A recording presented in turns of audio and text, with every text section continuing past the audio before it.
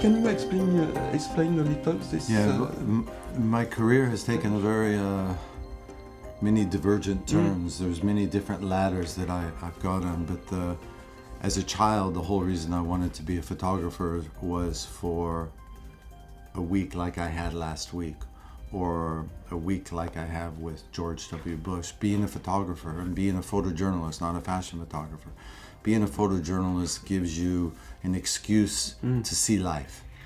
You can go to war, you can fly on presidents' planes, you can go to a famous actress's home and spend time in the home. And so me, that's why I wanted to be a photographer. And to me, this assignment that I just shot for Match was an assignment of a lifetime.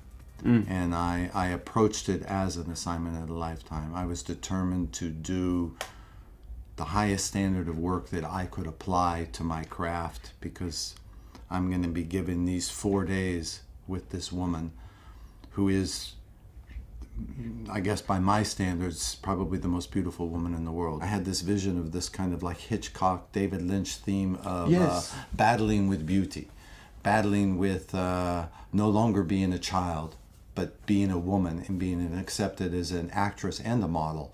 Very challenging. Very challenging for someone when they approach midlife. And so I wanted to try to capture with the color staged work this bit of the hands of beauty controlling her. So this is all this stuff. This was the stuff that went to that beauty theme in Paris, the color work. This is interesting. This is where they make the wine. To me, there's a lot of symbolism in this. A lot of symbolism. Especially here and here in the wine. The whole take, there's a lot of symbolisms. There's a lot of inner symbolisms of beauty. Again, here it was almost in the pose. I almost didn't take this moment because of she clutched her sweater there. It's very maternal, and I thought it was an odd moment. It wasn't your typical beauty pose. I see. And it turns out to me to be one of my favorite images. And this is actually my favorite portrait of her. If I were to put a print on my wall, it's actually this, because that is her. Totally. This is totally her. And there I see a strong, youthful woman standing on a rock in Corsica, overlooking. It just has this very 1930s quality to it.